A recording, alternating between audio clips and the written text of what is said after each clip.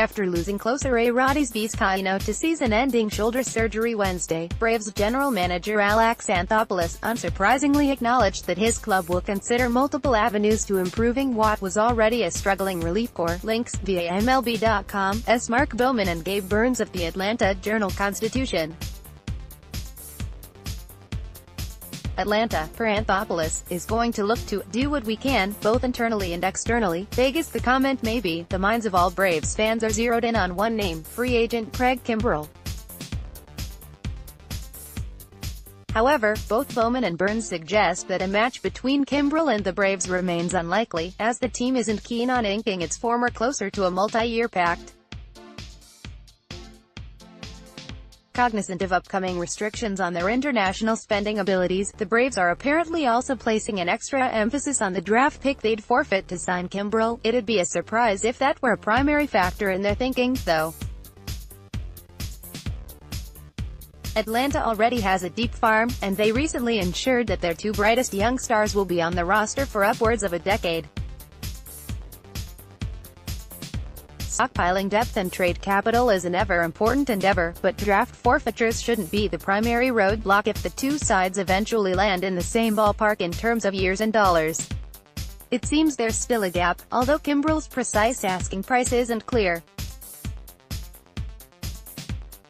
A weekend report from The Athletic's Ken Rosenthal pegged Kimbrel's price point at something in the vicinity of the three-year deals received by Wade Davis, $52 and Zach Britton, $39 over the past two off-seasons, but even those contracts have a fairly notable range between them. For Atlanta, the annual value isn't a sticking point so much as the length. A three-year deal, per Burns, is a commitment the Braves won't make. The question for the Braves, if Kimbrel isn't the solution, becomes one of where they can turn for improvement. The free agent market is rather bare beyond him at this point. Old friend Bud Norris remains unsigned but, like Kimbrel, wouldn't be ready immediately. Veteran Ryan Madson is without a team, but as of early February, he was reportedly pondering whether he even planned to pitch in 2019. He'd need even longer to get up to speed. The mid-April trade market isn't likely to be any better, as most teams will be reluctant to sell off veteran assets so early. The Blue Jays made a pair of early moves to ship out Kendrys Morales and Kevin Pillar, but financial motivations and a desire to clear space for younger players fueled those deals. Their bullpen isn't in the same situation. There's sure to be some depth hitting the waiver wire in the coming weeks, but Atlanta doesn't have a strong waiver priority, and the preference would presumably be to add more stability than someone who'd recently been designated for assignment anyhow. Barring a drop in Kimbrel's asking price, the likeliest outcome looks to be that the Braves try to patch things from within.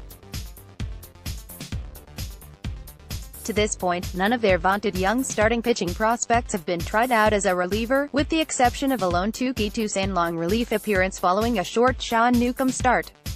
It's worth seeing whether someone like Toussaint, Kyle Wright or Bryce Wilson can step up in the late innings as the team looks for ways to help a relief corps that entered play Wednesday with a 5.43 ERA before being saddled with its second loss in as many days. Let's block ads. Why?